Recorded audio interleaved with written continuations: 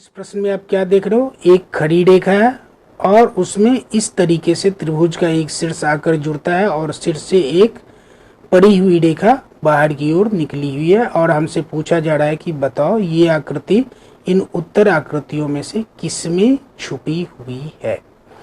तो सबसे पहले हम क्या खोजते हैं, एक खड़ी रेखा, ये वाली खड़ी रेखा देखो इसमें है, इसमें भी है, लेकिन इसमें इस तरह की रेखा आपको खड़ी नहीं दिख रही है जिसमें क्या हो कि एक ट्रायंगल आके इस तरह से जुड़ता हो। यहाँ पर ऐसी कोई खड़ी रेखा नहीं है, दो ही खड़ी रेखा है ये दोनों साइड में, ठीक है, और ट्रायंगल उसके लेफ्ट साइड में होना चाहिए, वो तो संभव है ही नहीं।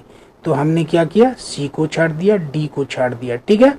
अब बच कौन सा गया ऑप्शन हमारे पास, ए और बी। अब चलो ए में देखते हैं, यहाँ दो खड़ी रेखा तो हमें दिख रही है, लेकिन उसमें उससे जुड़े हुए लेफ्ट साइड में, याद रखो ये ट्रायंगल कहाँ जुड़ना है, लेफ्ट साइड में। अब इस खड़ी रेखा पर लेफ्ट साइड में ये दो छोटे छोटे ट्रायंगल्स जुड़े हैं जो हमारी इस आकृति के जैसी नहीं है, ठीक है। इसी आधार पर आप इस रेखा को छांट दो।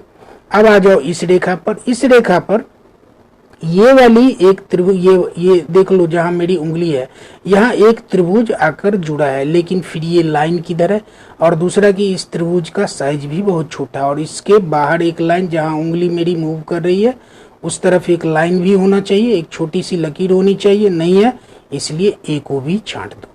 अब ए आपका छट गया, सी आपका छट गया और डी आपका छट गया, बच कौन सा गया, बी। अब देखते हैं कि क्या बी में ये आकृति है क्या। अब आपको मैं मेरी उंगली पर गौर करना, ये देखो किधर मूव कर रही है, इस रेखे पर, इस रेखा पर आप ध्यान दो, ये वाली रेखा।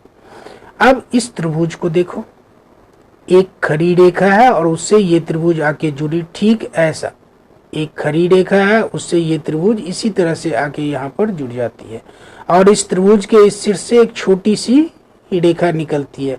यहाँ पर देखो इस त्रिभुज के शीर्ष से एक छोटी सी रेखा निकलती है। इसका मतलब क्या हुआ कि हमारी ये आकृति कहाँ आके छुपी हुई है, यहाँ पे, यानी कि हमारी उत्तर आकृति कौन सी है, बी। हमारा विकल्प कौन सा है, बी।